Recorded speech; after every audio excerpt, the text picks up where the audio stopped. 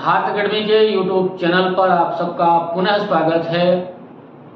इस वीडियो में हम सब अध्ययन करेंगे एक बहुत ही महत्वपूर्ण टॉपिक जिसका नाम है संयुक्त अधिवेशन, ज्वाइंट सिटिंग। तो क्या होता है संयुक्त अधिवेशन, क्या होती है ज्वाइंट सिटिंग? जब संसद के दोनों सदन का मतलब लोकसभा और राज्यसभा एक साथ बैठक करती हो तब उसी को बोलते हैं संयुक्त अधिवेशन।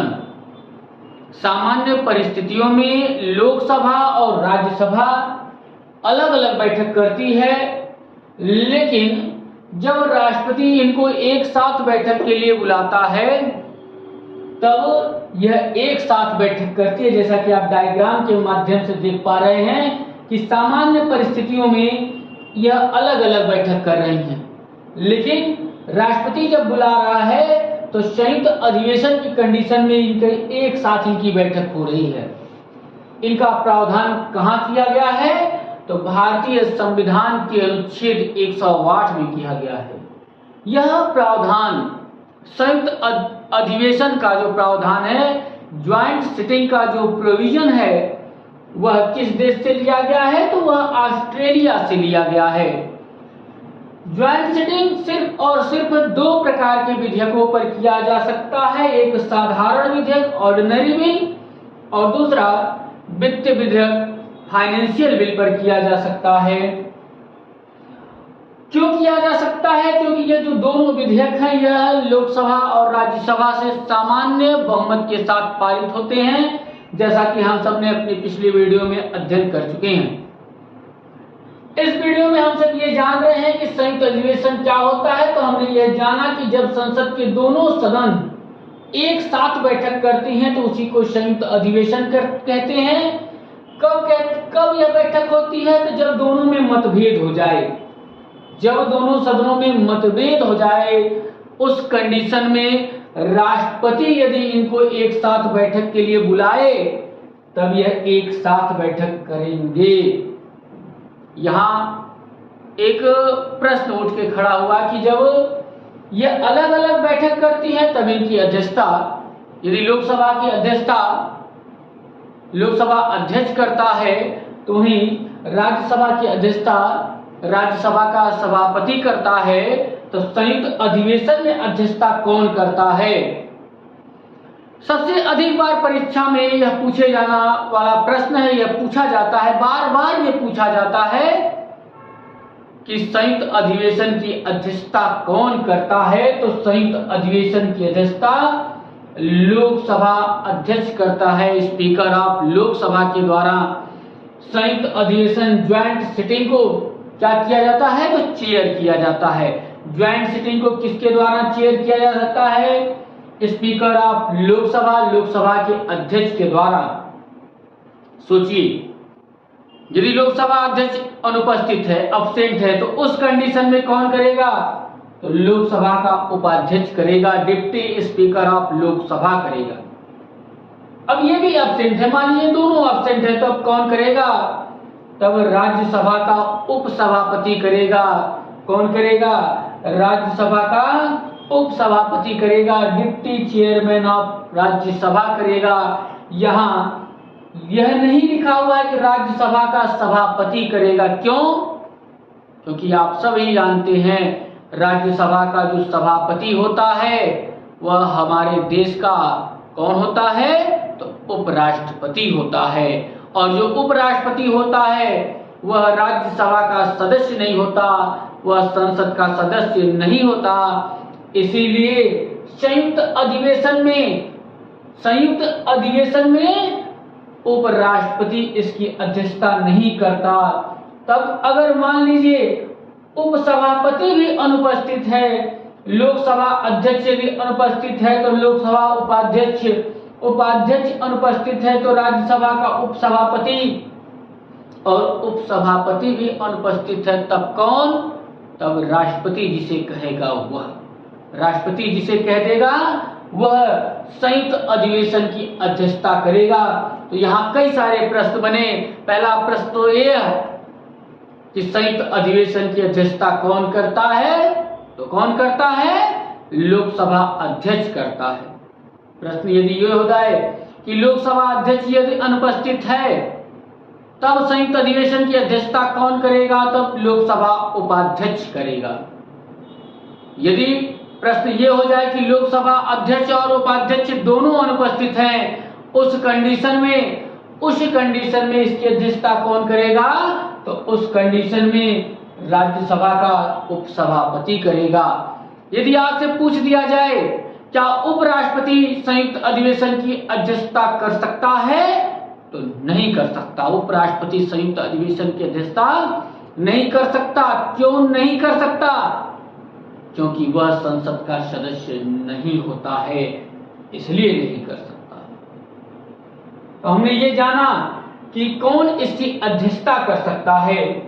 हम यहाँ ये जानते हैं कि संयुक्त अधिवेशन में कोई बिल, कोई विधेयक किस बहुमत से पास होगा? तो वह साधारण बहुमत से पास होगा, सिंपल मेजॉरिटी से पास होगा। और सिंपल मेजॉरिटी किसे कहते हैं? तो हमने पिछली वीडियो में अध्ययन किया था कि आधे से अधिक 50% से अधिक यदि संख्या है तो उसी को सिंपल मेजॉरिटी, साधारण बहुमत कहते हैं। तो अधिवेशन में यदि विधेयक को पास करना है तो यहाँ लोकसभा का बोलबाला है। क्यों? क्योंकि यदि हम सब 788 का आधा कर दें तो होगा कितना? 394। कितना होगा? 394। और आधे से अधिक चाहिए तो 395। कितना? 395। आप सब देख पा रहे हैं कि लोकसभा यदि अकेले चाह दे तो संयुक्त अधिवेशन में कोई विधेयक पारित हो जाएगा। राज्यसभा यदि ना भी चाहे, सिर्फ और सिर्फ कौन चाहे? लोकसभा चाहे। लोकसभा के पास इतने सदस्य हैं कि संयुक्त अधिवेशन होने पर वह सभी सदस्य यदि चाह लें, 395 सदस्य यदि चाह लें तो कोई विधेयक पारित हो जाएगा। अर्थात संयुक्त अधिवेशन में राज्यसभा और लोकसभा के पास शक्तियां तो बराबर होती हैं, लेकिन सदस्य संख्या राज्यसभा में कम होने के कारण यहाँ लोकसभा का क्या होता है? वर्चस्व होता है। तो हमने यह जाना, क्या जाना? कि संयुक्त अधिवेशन में कोई विधेयक साधारण बहुमत से पास होगा। आइए हम सब जानते हैं कि अभी तक कितनी बार क्या संयुक्त अधिवेशन हुआ है? तो अभी तक ज्वाइंट सिटिंग संयुक्त अधिवेशन 3 बार किया गया। पहली बार जब हमारे देश के प्रधानमंत्री थे कौन? जवाहरलाल नेहरू। उस समय दहेज पे प्रतिबंध लगाने के लिए कानून आया, दहेज प्रतिबंध विधेयक 1961। कब लाया गया था इसे? तो 6 मई 1961 को लाया गया था। तो पहली बार संसद का संयुक्त अधिवेशन कब आयोजित किया गया? तो 6 मई 1961 को आयोजित किया गया। किसके शासनकाल में? उस समय भारत का प्रधानमंत्री कौन? तो जवाहरलाल नेहरू। कौन सा विधेयक था? तो दहेज प्रतिबंध विधेयक था। दूसरी बार कब? दूसरी बार तब जब हमारे देश के प्रधानमंत्री थे कौन? हमारे देश के प्रधानमंत्री थे मोरारजी देसाई। जब मोरारजी देसाई हमारे देश के प्रधानमंत्री थे तो बैंकिंग सेवा आयोग विधेयक लाया गया। कब लाया गया? तो 6 मई 1978 को लाया गया। कब लाया गया? 6 मई 1978 को लाया गया। और तीसरी बार कब? तीसरी बार तब जब हमारे देश के प्रधानमंत्री थे स्वर्गीय अटल बिहारी वाजपेयी, तब लाया गया। किस कानून पर लाया गया? तो आतंकवाद निवारण विधेयक पर लाया गया। इसे संक्षिप्त में पोटा कहते हैं। और पोटा का अगर फुल फॉर्म अगर हम सब देखें तो इंग्लिश में इसका फुल फॉर्म होगा prevention of terrorism act 2002। Prevention of terrorism act 2002 आतंकवाद पर लगाम लगाने के लिए, आतंकवादियों पर लगाम लगाने के लिए 26 मार्च 2002 को अटल बिहारी वाजपेयी के कार्यकाल में तीसरी बार संयुक्त अधिवेशन का आयोजन किया गया। अर्थात अभी तक हमारे देश में 3 बार संयुक्त अधिवेशन किया गया। कितनी बार किया गया? 3 बार किया गया।